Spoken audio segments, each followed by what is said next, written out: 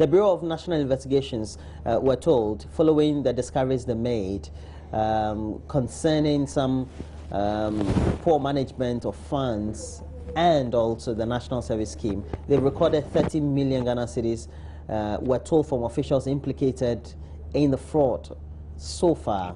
And so far, 171 individuals, including a former chief executive, have been implicated in the scandal. You have been a boss there before, so usually or logically, we should be saying it's a good thing, right?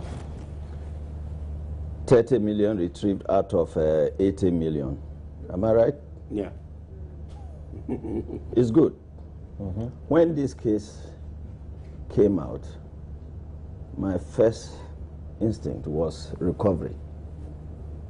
And I started to ask, in fact, I asked a lawyer to find one of the laws of this country that allows, that makes provision for retrieval of funds from people who misapply or defraud or that sort of thing, mess up with funding, misappropriate funds. Up to date, he hasn't gotten that law for me, but there's a law. So I said, oh, maybe we should evoke that law and then retrieve the money first. That is important, because without the money, the negative effects of pumping that huge 80 million into the economy will have spiral implications.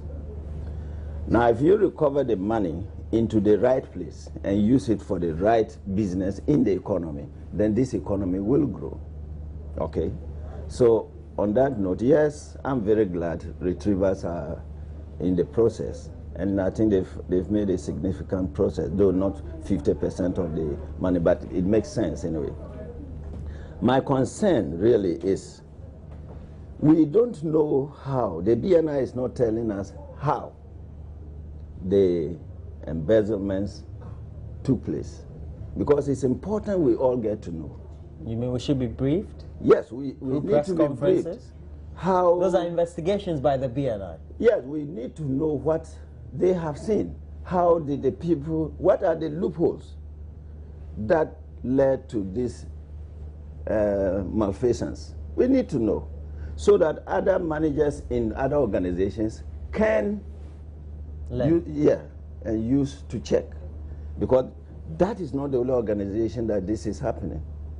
Okay, now, is it true? Do you know of any other organization?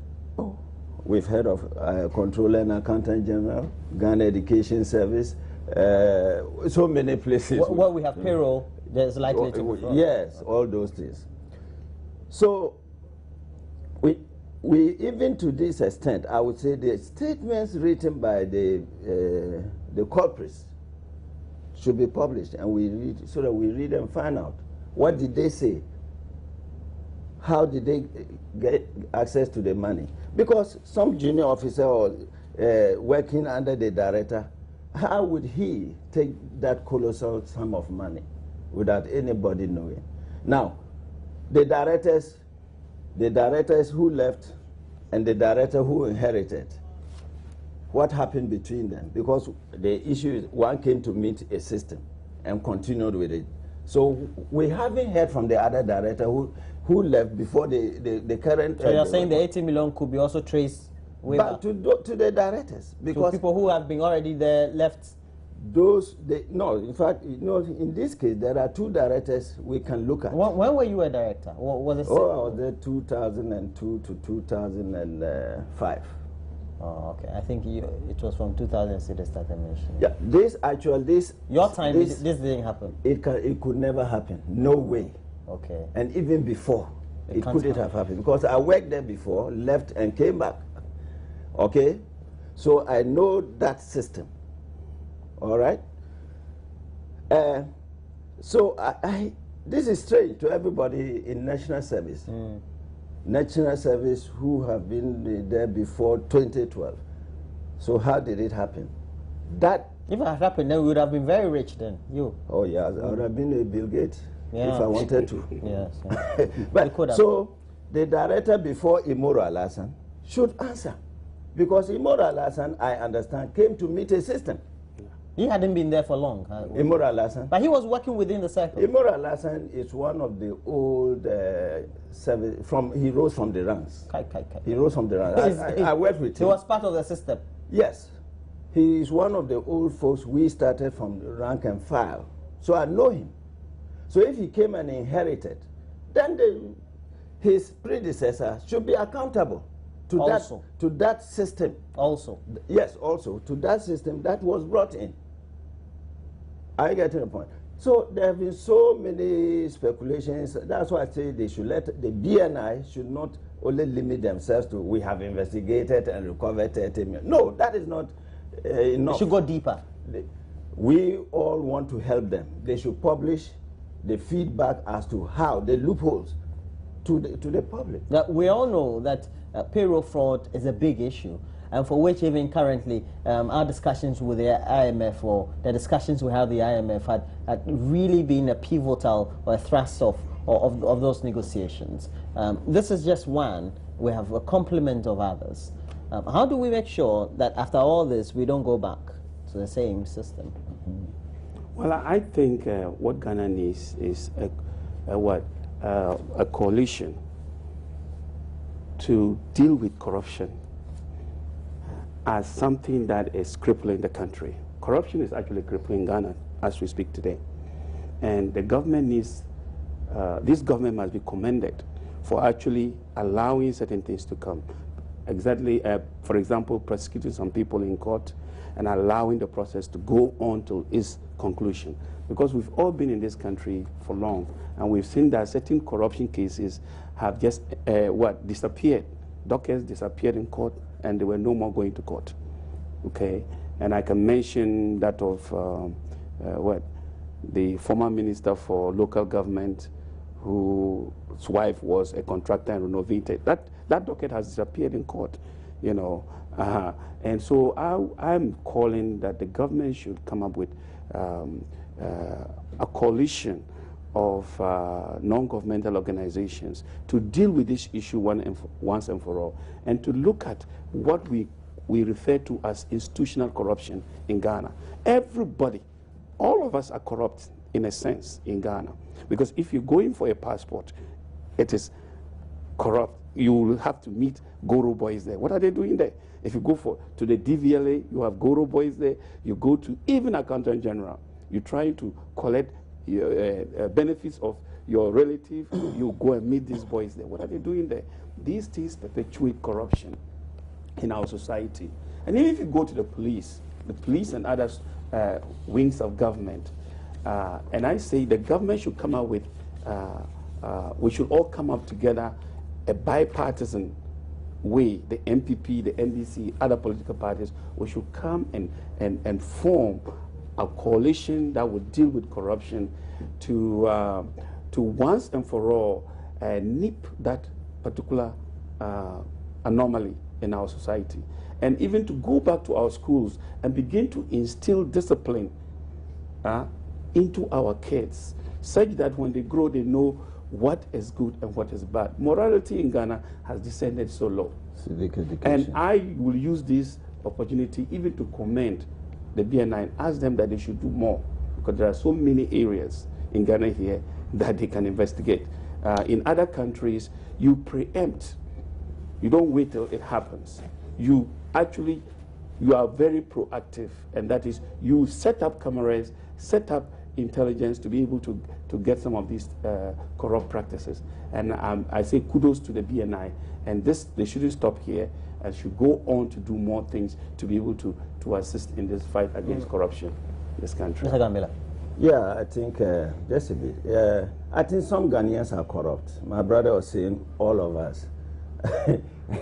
Some Ghanaians are corrupt. Not all Ghanaians are. And I think is it not? You shouldn't exclude yourself when you are making a presentation because no one is an angel. That's why I say some Ghanaians as a people, are we not deluding ourselves and thinking, well, we may not be involved in the big cases like the ones that ultimately tend to cost the nation lots of money, but even from the steps that we undertake in our own communities to where we are, we have contributed to the canker in many respects. For example, you go to the bank, there's a queue, you want to pass by. You don't enjoy a privileged service that enables you to go and sit down and enjoy a premier banking service, etc. You're supposed to join the queue, all that. And you jump. So doesn't it work on our mentality? So when we get the opportunity to do the bigger things. And that is why I'm telling him that in such discussions, then we all are involved, because we've all one way or the other contributed to this particular. Look, when we were in school, we're not involved in the big ones. In the big ones, yes. But maybe when you get the opportunity, you might do the same thing. You see, because a human being, you know, when you look at a human being, you cannot just say, I am far-fetched from what is going on. Maybe when you are in the same situation, you may act differently. You may act differently. Okay. But not everybody will act the same, though. You see, Socrates said, don't corrupt the mind of the youth. That is, anything that we see that is not good, is contrary to the other, or is against. That's, you are corrupting the mind, or whatever it is. We are looking at corruption in the sense people are stealing money.